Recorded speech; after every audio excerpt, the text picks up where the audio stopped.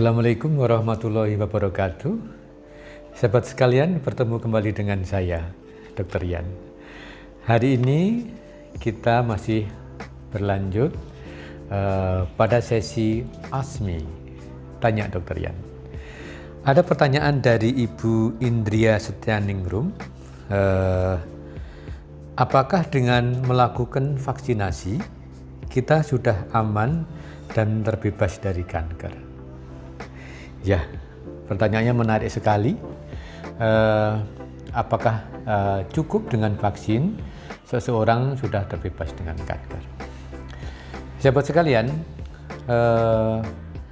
terjadinya kanker seperti yang sudah saya jelaskan selalu ada yang memicu.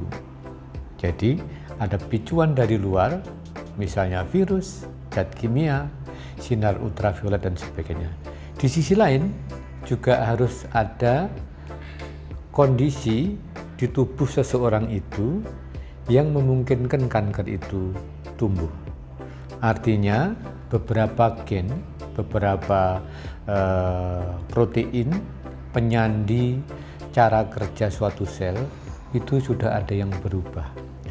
Berubah dalam bentuk yang tidak baik, artinya mutasi. Misalnya di tubuh itu ada suatu gen yang tugasnya mendeteksi dan menekan pertumbuhan tumor. Namanya P53, disebut juga TSG, tumor suppressor gene. Nah, itu ternyata dia sudah mutasi. Ketika mutasi dia nggak bisa kerja dengan baik. Jadi ada dua hal nih. Ada pemicunya dan ada kondisi di tubuh seseorang itu yang sudah tidak bekerja dengan baik sehingga tumor tersebut bisa tumbuh. Nah, di mana letak vaksin? Yang pertama, vaksin untuk mencegah kanker itu hanya baru sebagian kanker tertentu yang ada vaksinnya.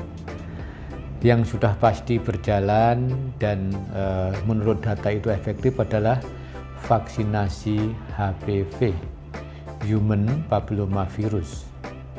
HPV adalah virus penyebab kanker mulut rahim atau kanker serviks.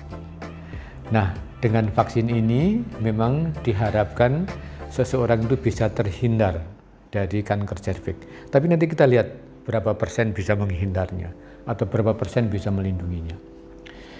Kemudian, sebagian besar kanker lain belum ada vaksinnya. Dan memang sudah dirancang beberapa penelitian yang sudah cukup berlanjut lama, tapi yang sudah bisa diaplikasikan vaksin itu saat ini hanya untuk mencegah kanker serviks.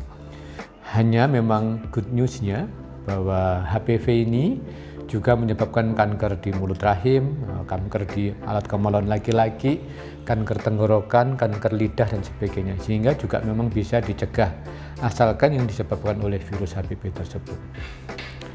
Nah, bagaimana cara kerja vaksin tersebut untuk mencegah kanker? Saya bahas khusus mengenai vaksin HPV. Kebetulan bidang saya, jadi saya sedikit lebih paham. HPV, Human Papilloma Virus, itu mempunyai genom. Genom itu rangkaian gen. Nah, dari rangkaian gen ini yang diambil untuk vaksin adalah gen kapsidnya, cangkangnya virus. Namanya L1, L2. Nah, ketika cangkangnya virus ini diekstraksi, dipurifikasi menjadi suatu vaksin, maka ketika vaksin ini disuntikkan pada seseorang, maka tubuh itu akan merangsang antibodi, tentaranya tubuh, untuk mematikan virus yang akan datang. Jadi mirip dengan vaksin yang lain. Tapi ini memang bukan virus yang dimatikan dan sebagainya, ini hanya sebagian dari gennya virus tersebut. Nah, pertanyaan tadi adalah seberapa persen bisa melindungi? Ternyata vaksin HPV ini sekarang baru ada 2 macam. Yang isinya 2 virus namanya quadrivalen ada yang isinya 2 virus namanya bivalen vaksin, kemudian yang 4 macam virus namanya quadrivalen, dan sudah juga ada tapi belum masuk Indonesia adalah yang isinya 9 macam jenis virus. Nah, namun tetap aja bahwa perlindungannya hanya sekitar 80%. Jadi tidak pernah bisa melindungi 100%. Kalau sudah vaksin ini maka 100% tidak punya peluang atau nggak ada risiko tertular atau menjadi penyakit kanker serviks. Begitu. Sehingga dengan demikian, walaupun seorang remaja, seorang wanita sudah vaksin untuk mencegah kanker mulut rahim, maka tidak menghilangkan kewajiban untuk melakukan screening, deteksi dini. Karena melindungi cuma sekitar 80% tadi itu. Kemudian yang lebih besar lagi adalah bahwa vaksin ini hanya tersedia untuk virus HPV, mencegah kanker mulut rahim terutama. Sehingga kanker lain belum bisa. Jadi kanker nasofaring yang disebabkan oleh virus atau kanker darah leukemi juga karena virus, itu juga belum ada vaksin yang tersedia. Apalagi misalnya kanker payudara, kanker endometrium, kanker ovarium belum ada vaksinnya. Pencegahannya adalah dengan deteksi dini, tapi tidak bisa diantisipasi dengan vaksin. Saya kira demikian Ibu Indria Setianingrum.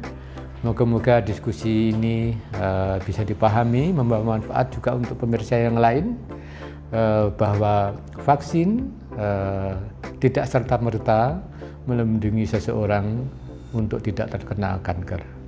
Demikian, take care, stay healthy, see you tomorrow.